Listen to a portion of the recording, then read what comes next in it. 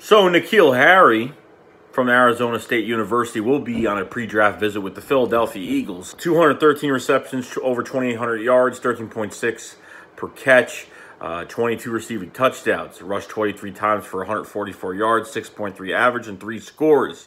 Harry has 14 punt returns, one for 11.8 average, 1 touchdown. Pretty much, this is a possession receiver. This is a guy like I've read, they have compared him to Allen Robinson of the Jaguars. Alshon Jeffrey could play inside on the NFL level, and with Nelson Agholor and his last year of his deal, okay, the Eagles picked up his $9.3 million.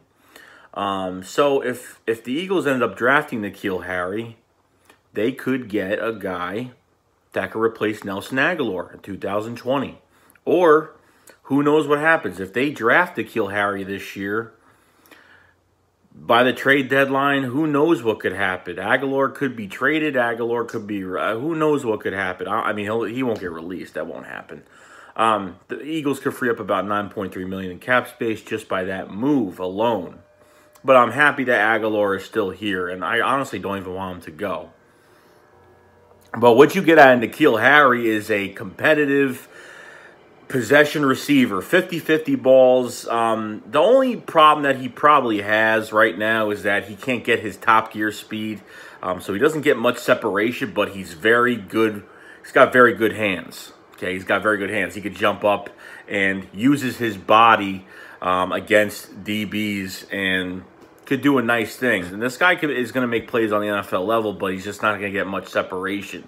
I don't know how the Eagles view this, because I think as a slot receiver, a guy that's very quick, that's going to get you those little short yard passes, you know, a guy's going to, you know, find empty space in the back, you know, in the middle of the field and, you know, try to take advantage of the sweet spots in the field that are empty.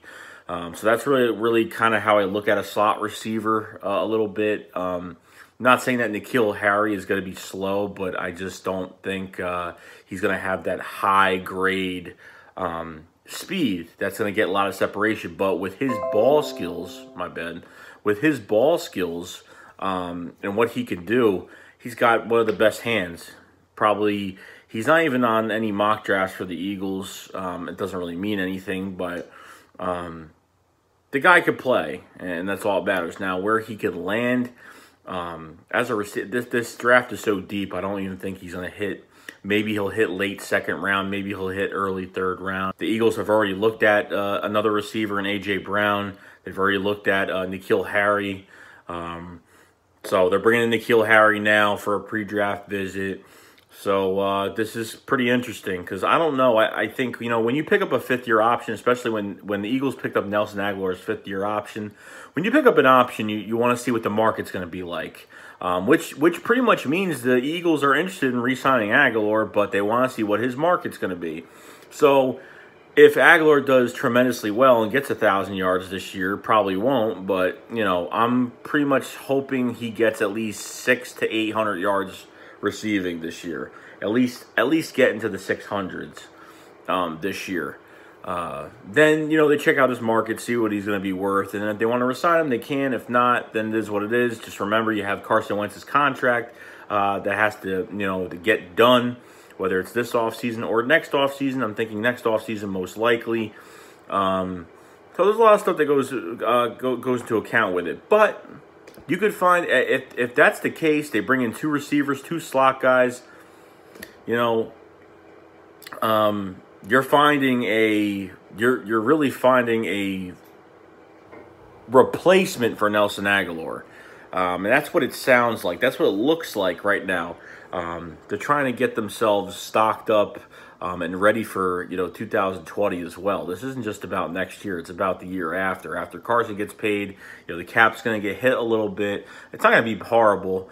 And, you know, we're going to have a lot of draft. We're going to have a nice draft next year. We're going to have a lot of draft picks. And, you know, we're going to probably have about 11 to 12 picks in this draft next year. I'm glad they're looking at receivers because, you know, Deshaun Jackson, don't know how long he's going to be. You know, I know he's got a 3-year deal, which really could be a 2-year deal. And then after that, as much as he can stay healthy, Alshon Jeffrey's going to be here. Nelson Agholors is the odd man out, you know, with contract-wise of what happens next year, of this, you know, after this year. So we'll see what happens. But N'Keal Harry, very good hands, uses his body, just like he's like another Alshon Jeffrey on the field, but as a slot guy. So we'll see where it goes. But let me know in the comment section below what you guys think about N'Keal Harry, what he brings to the table. And that's really it. So I will see you guys later. Chase Club, Flowers Fly.